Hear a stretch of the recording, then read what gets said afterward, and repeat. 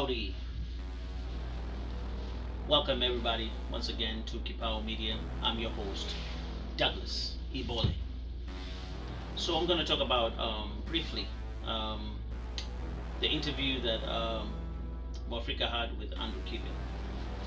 Yes, I saw this interview from IKO NINI, and I felt like, Kibe was just being Kibe, and Africa was not really delivering the right questions or the right formula of questions the way a journalist should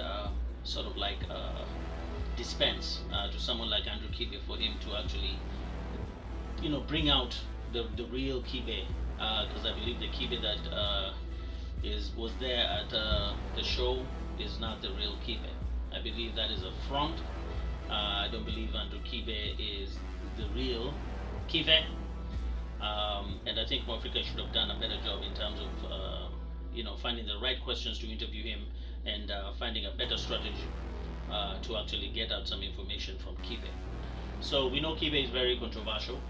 We know he's comes from the red pill movement, even though the red pill is almost dead.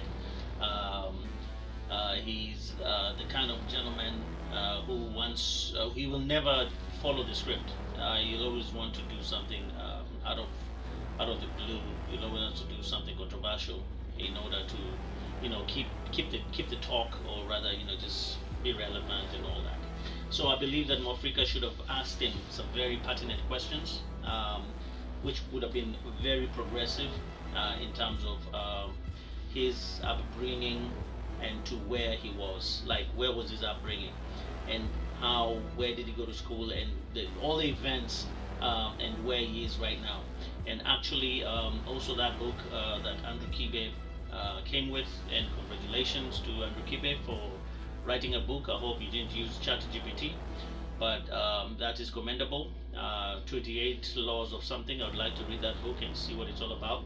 I hope it's original content and original ideas, and not replication. And if that is the case, I will definitely give you your thumbs up. If not, I will definitely give you your thumbs down. So I believe Africa should have gone through the 28 laws that were there real fast, so that the people could understand what is Kibe talking about, and what is this book about. Even if it's touching on it from a distance, or naming it and touching something on it, you should have let Kibe explain that. Otherwise, the show actually sort of progressed into so many things, so many arguments, so many topics that were not even relevant to exactly what people wanted to find out. I believe somebody one day will sit with Andrew Kibe, especially if I sit with Andrew Kibe, I have the questions to ask him, and I will bring out the real Andrew Kibe to the public, because I know how to ask questions, I know how to do follow-ups, and I know how to dissect questions, and I know how to flip that so that I can actually get the kind of information that needs to be out there in the public, so that people can understand who the real Andrew Kibe is.